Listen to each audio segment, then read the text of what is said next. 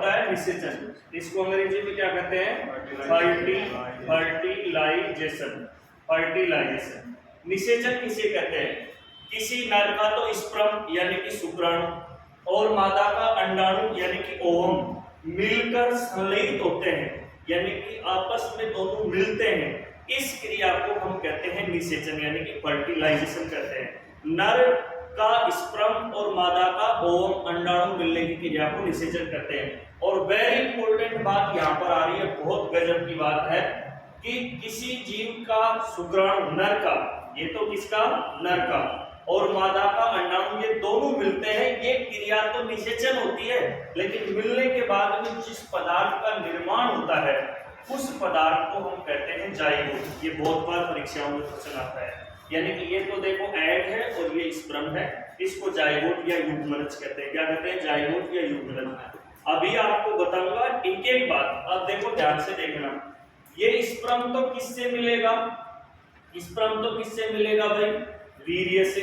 किससे मिलेगा? वीर्य से। और अंडाणु कहां से मिलेगा?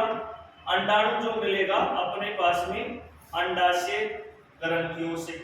अंडाशय ग्रंथियों से। अंडाशय ग्रंथियों से। ये अपने पास में जाइगोट कौन से अंग के अंदर बनता है? ये बनता है फैलोपियन ट्यूब में। कौन सी ट्यूब में भाई?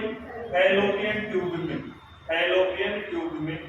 फैलोपियन ट्यूब में। फैलोपियन ट्यूब में।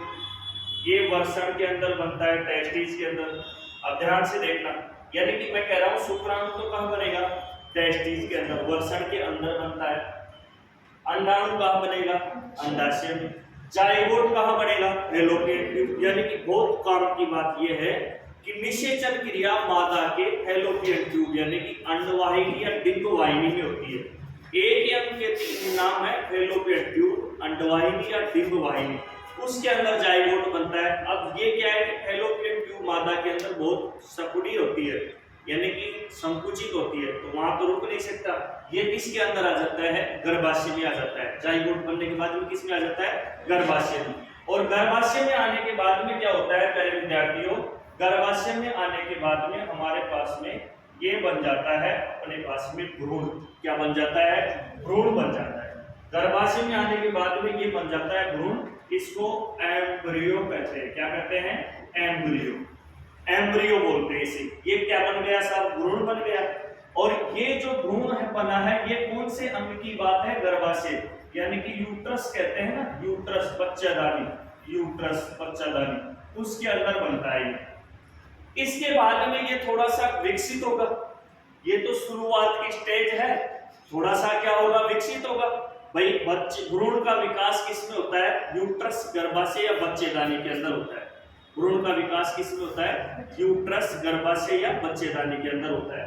तो ये जो भ्रूण है ना, ये भ्रूण अब धीरे धीरे धीरे धीरे विकास करेगा, तो अब कहलाएगा ये फीटस। क्या कहलाएगा?